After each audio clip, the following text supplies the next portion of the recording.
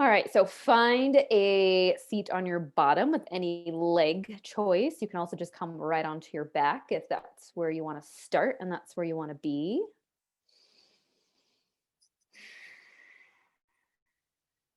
And if you're on your back side, it's nice that you're elongating your spine and you're not having to utilize any muscles to sit up. But if you are choosing to have a seat, see if you can center your pelvis, stack up the spine and then the shoulders and then the head right on top of that. So it might take you a minute to rock a little bit into your spine and into your hips so that you feel like everything is a pillar holding itself up. Might help to shift a little to find that stacking so that you don't have to work too hard in your seat and that you can also be really soft in your belly. Go ahead and let it come out in any direction that it softly enjoys being. You spend all day often gripping at the belly, so just let it do what it's got to do right now.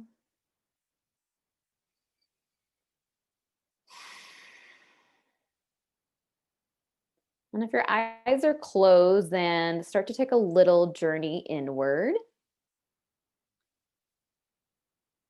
using your inner eye to peek around and start to notice maybe how the big spots are doing first, like the neck and the shoulders. Collect any information that's coming at you from there. You can notice how the spine is feeling from the top, following it down to where it plugs into your pelvis, your left and right hips.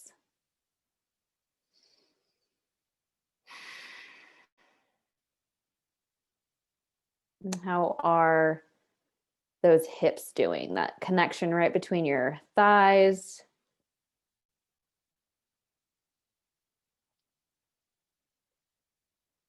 Where the bones, where the tissue, where the muscle all meets in your socket.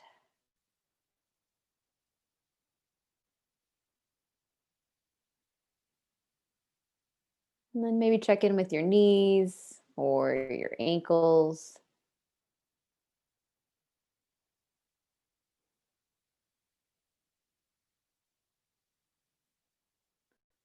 And if any of those spots were sending you any kind of interesting vibes or energies or thoughts, yeah, complaining thoughts or happy thoughts, then maybe take another scan over those areas.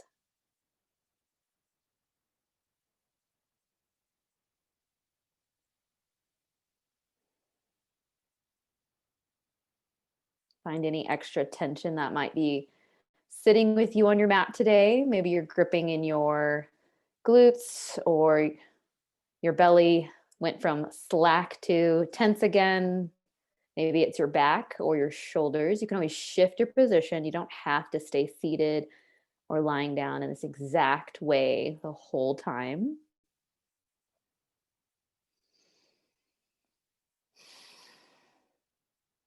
Our job right now is to be curious about ourselves from head to toe. So that might mean that we shift or move.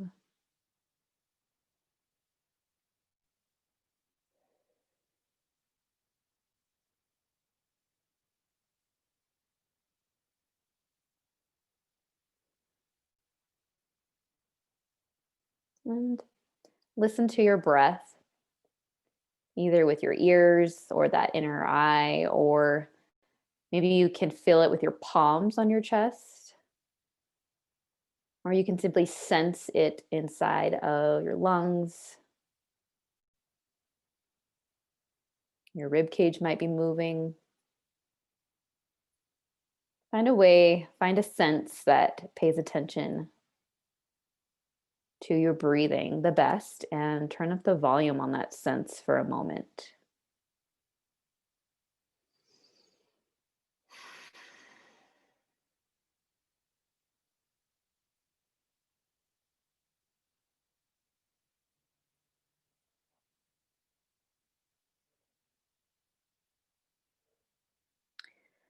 If you're on your backside, then you're going to start to work into your spine by letting your hips tilt forward and back, or maybe side to side. You can take a little roll up your spine like a baby cat and cow.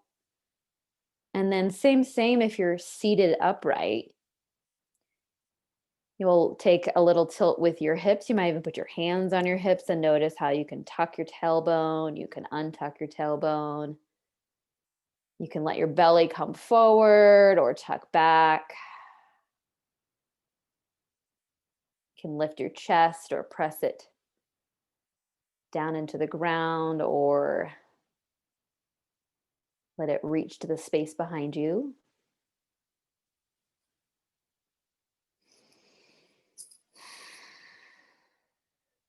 There's always the option of shifting and moving in almost any way at this point. My cues aren't the definitive, right? If what I'm serving you is not what you want on your plate, then take your own helping.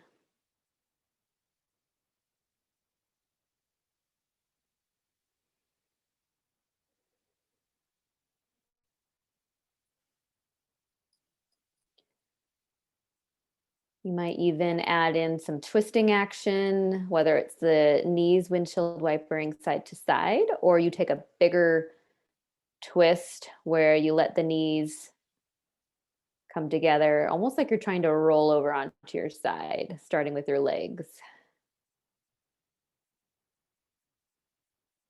Yeah, I can splay the arms open or turn the neck.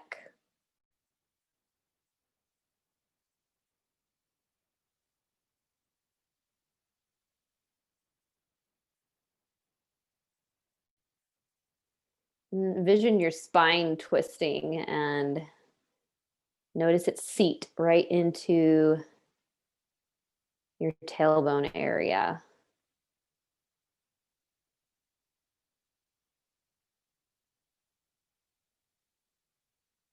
Whether you're moving with your breath or you're pausing and holding on a side. If you didn't get to twist to your other side, don't forget the left and the right.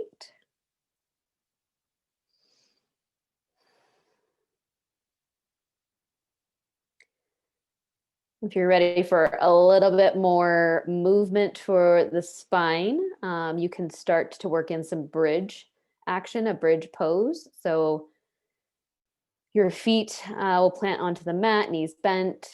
You'll push into the heels, lift the bum and the belly towards the sky. And I recommend not the biggest back bend here.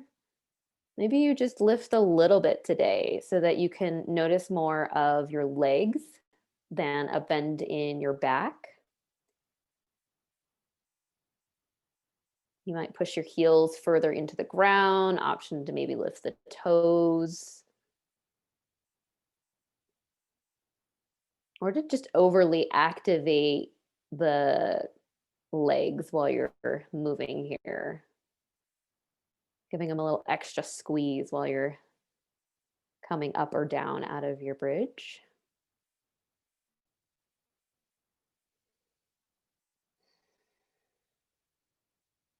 You might rock the pelvis while you're on the bridge, or even rock it when you're out of the bridge back on your mat.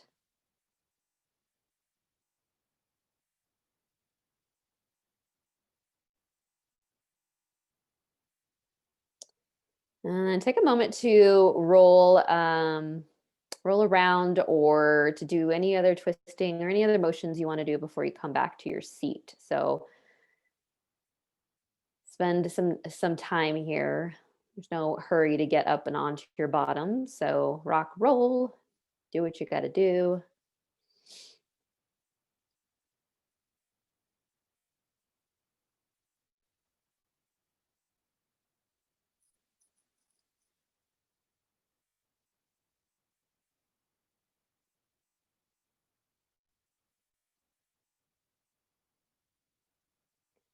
you'll eventually end up in a seat with the legs out long. So they can be more V-shaped, they can be more wide-shaped, kind of whatever version you want to do. They can just be straight out in front of you. Nice. And then you'll take one of your legs and bend it back in towards your body. So let's say your right foot's gonna plant onto the mat and your knee will be at your chest. Yeah. And then if you like where that long leg is, you can leave it there, or you can open it wider or close it up. It's your choice. And then you're going to take a twist towards that knee that's bent, and you can wrap your hands around it. You can add a little leverage. You might just hold your hands there out in space, like your hand is supporting you, and use more of your core to come into your twist. You might try both, adding some leverage and then also feeling more of your spinal muscles and belly muscles help you into the twist.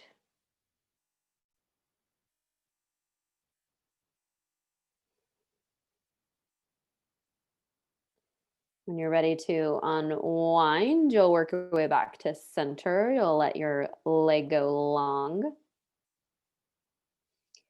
And take a moment before you bring in your second leg, your second knee.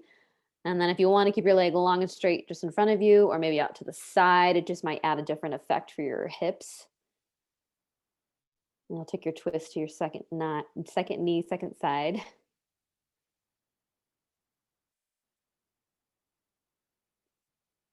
You might notice where your twist is generated the most from. Is it more closer towards your tailbone, middle, lower back? Maybe a lot of your twist comes from the upper shoulder area. Just being curious about where your mobility lies.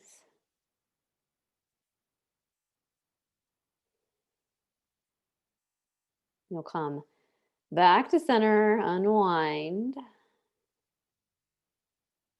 And then we're going to come onto our hands and knees. So rock on over, tabletop position.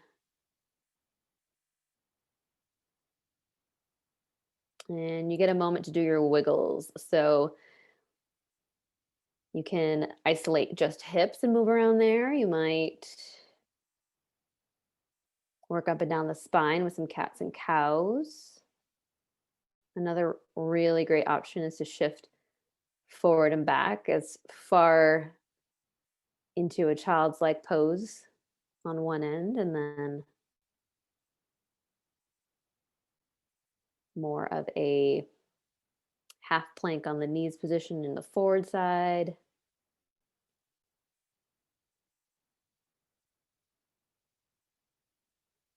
You could add 30 push-ups right here if you wanted to. You're like, no, Valerie. I just thought I would suggest it, you know.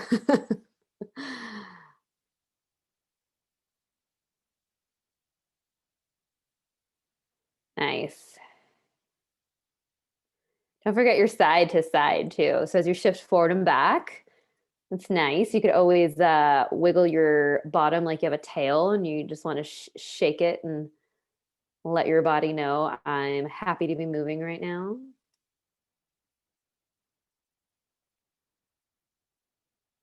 Nice.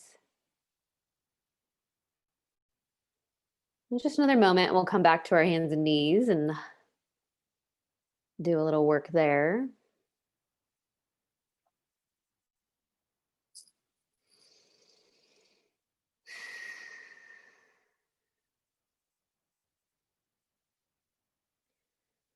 When you do get back onto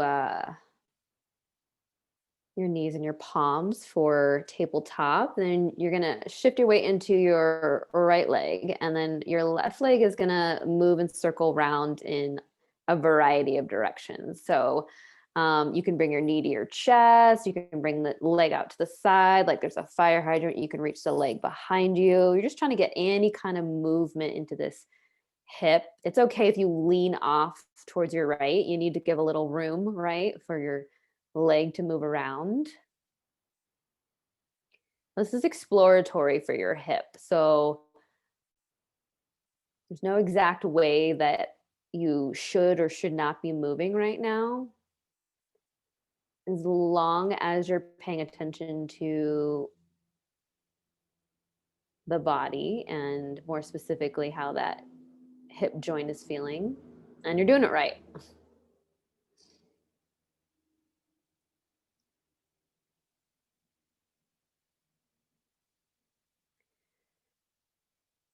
We're gonna come to a long leg with the toes down on the mat. Yep. And then from there, you're going to take that foot behind you and you're going to arc it forward, dragging it across the floor like it's coming up towards your palm. Yeah, there you go. So it's just sweeping like forward, but on the ground. Yeah, you don't have to lift it up. And then you'll sweep it back behind you. It's like you're drawing a little half circle with your leg, and you'll just do that a couple of times there. Drawing a little half circle on the floor or a quarter circle. You can always lift the leg off the mat instead of dragging the foot. If you like the toes down, leave the toes down.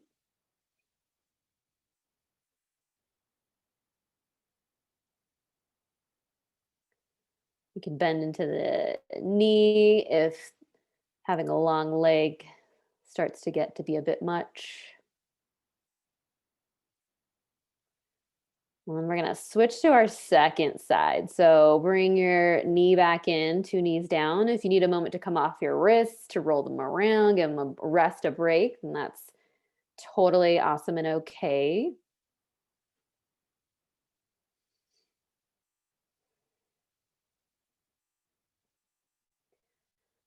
Whenever you're ready, you'll switch to your second side and you get the joy and pleasure of moving around into your hip any way you'd like. So we're knee to chest or lifting it up behind you like you're trying to kick the ceiling, or bent knee along the way somewhere.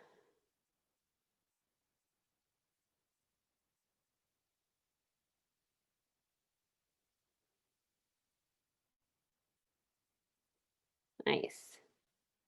Exploring this second joint, how it's doing. Maybe it's similar to your first one, maybe it's a little different. They're usually different left to right. And then you're gonna reach that leg long behind you, toes down, and then take a couple of sweeps, a couple of arcs, either quarter or half. Let it drag along the floor. You get bonus points if you knock over furniture, by the way. Or if you find an animal. My cat usually thinks this is some kind of game when I do things like this with socks on.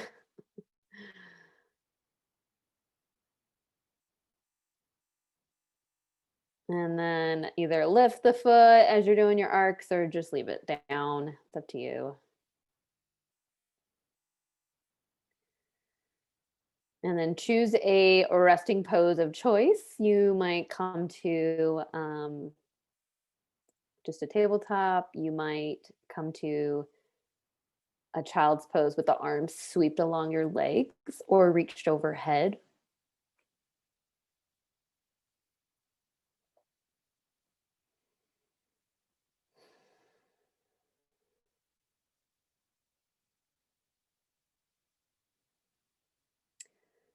And we're going to come back to our tabletop for a moment, and we're going to come into a side plank action. So side plank, when you're in your tabletop, you're going to kickstand your left leg out to the side and reach your right leg straight behind you. And then if you want, you can reach your right arm up. So same arm, same leg. So if your right knee is down, then your right palm is down, and then the arm goes up. Yeah, there you go. And then you can lift that right leg if you want, or you can leave it planted down onto the mat. You can gaze down at the mat, you can gaze straight ahead, you can even look up towards the ceiling. You could try variations that you know, other than knee down if you prefer. You can move that arm that's reached up towards the ceiling. It doesn't have to stay stationary, right? And then we switch it out. So find your way onto your second side. Knee goes down. And the toes can either point like straight back behind you towards the short end of your mat, or you can kind of kickstand your leg a little bit towards the long side of your mat. Yeah, the foot goes out a little bit more towards the edge of the mat. It just feels a little bit more kickstandy. You have the option of lifting that long leg up towards the sky or leaving it down.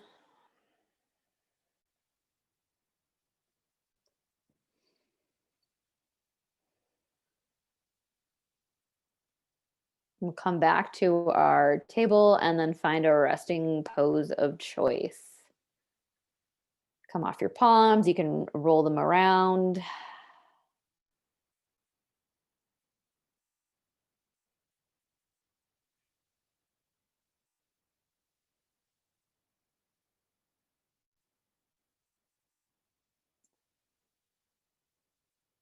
And then from here, we're going to come up to a seat. So you choose your legs. If you want to come up hero pose where your shins and the tops of your feet are planted down underneath you. You could be sitting cross-legged on your bottom. You can even be long-legged in your seat. You're going to take your arms, you're going to reach them out to the sides like a T, and imagine that there's a wall behind you, and you're going to press the backs of your palms into that imaginary wall. Feeling as if that surface is pushing back against you. And then soften the shoulders. You can bring your palms back down to your sides for a moment, your arms to your sides for a moment. And then if you really liked the T where it hit your spine or your shoulders, it felt really great. You can stay with the T the second round. You might even go to like a low V and try that same movement. Imagining that there's a wall behind you and you get to press back into it. Almost like you're trying to propel yourself forward.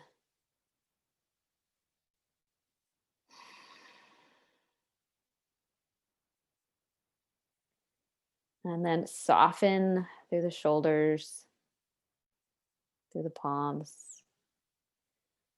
We'll take a third round. So if you liked the low angled or you like the T, you can go back to one of those two, or you can come up like a V, like a cheerleader type reach. And then again, feel that imaginary wall behind you.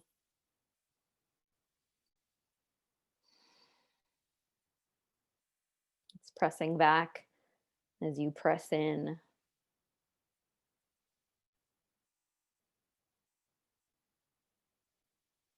And then you can bring your arms softly back down to your side. Circle around, shimmy into them a little bit, shake, shake here and there, get a little twist or a roll into head, neck, shoulders.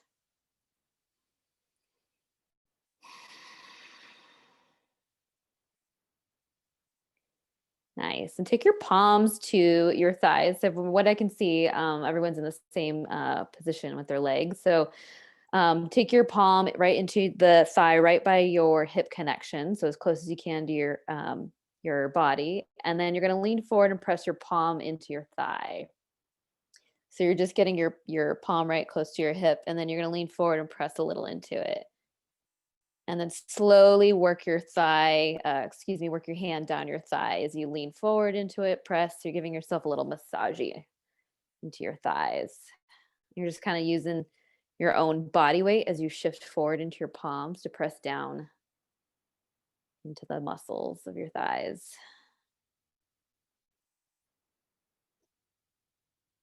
You can even just sweep the hands up and down along the thighs, rub into them a little bit, maybe even squeeze them. Just finding a little sensory there.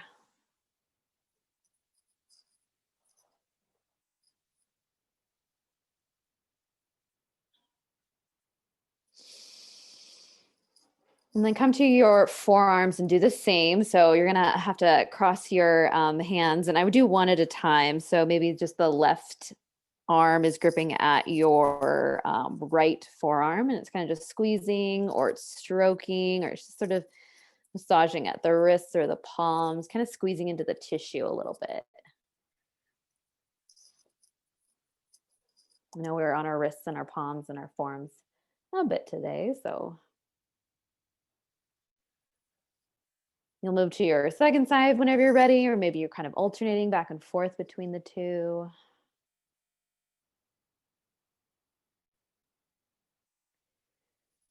And then if you're still on your knees, you're gonna come onto your bottom proper. And if you want to take the slow roll down to your mat instead of just rolling on back, then try to find as slow of a roll down from the tailbone to the top of your head onto the mat, onto your backside. If you want to stay seated upright, totally fine too.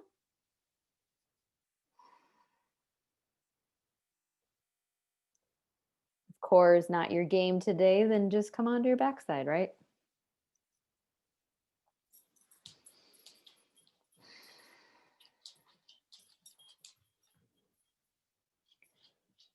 And start to settle back into your body. So you're taking the visual out. Maybe your eyes are closed, you're gazing softly in a direction.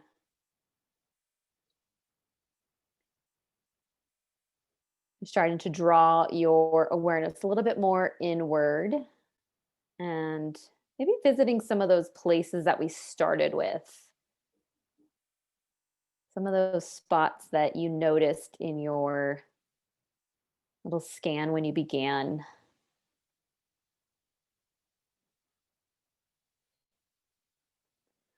And those places don't necessarily have to feel better or stronger now or different. We're just noticing them. Yoga isn't a fix it, it's a observation. It's a what can I do in this moment? What can I do in the next moment?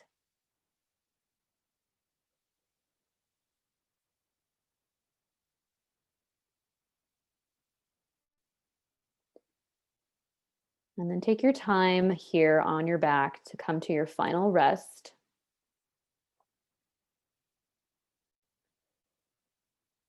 If you have the time to give, a solid 5 minutes, maybe even 7, maybe even more. It's fine to fall asleep or to drift off to memories, to future plans. Just let whatever kind of rolls through the mind feel like a picture reel that you're watching.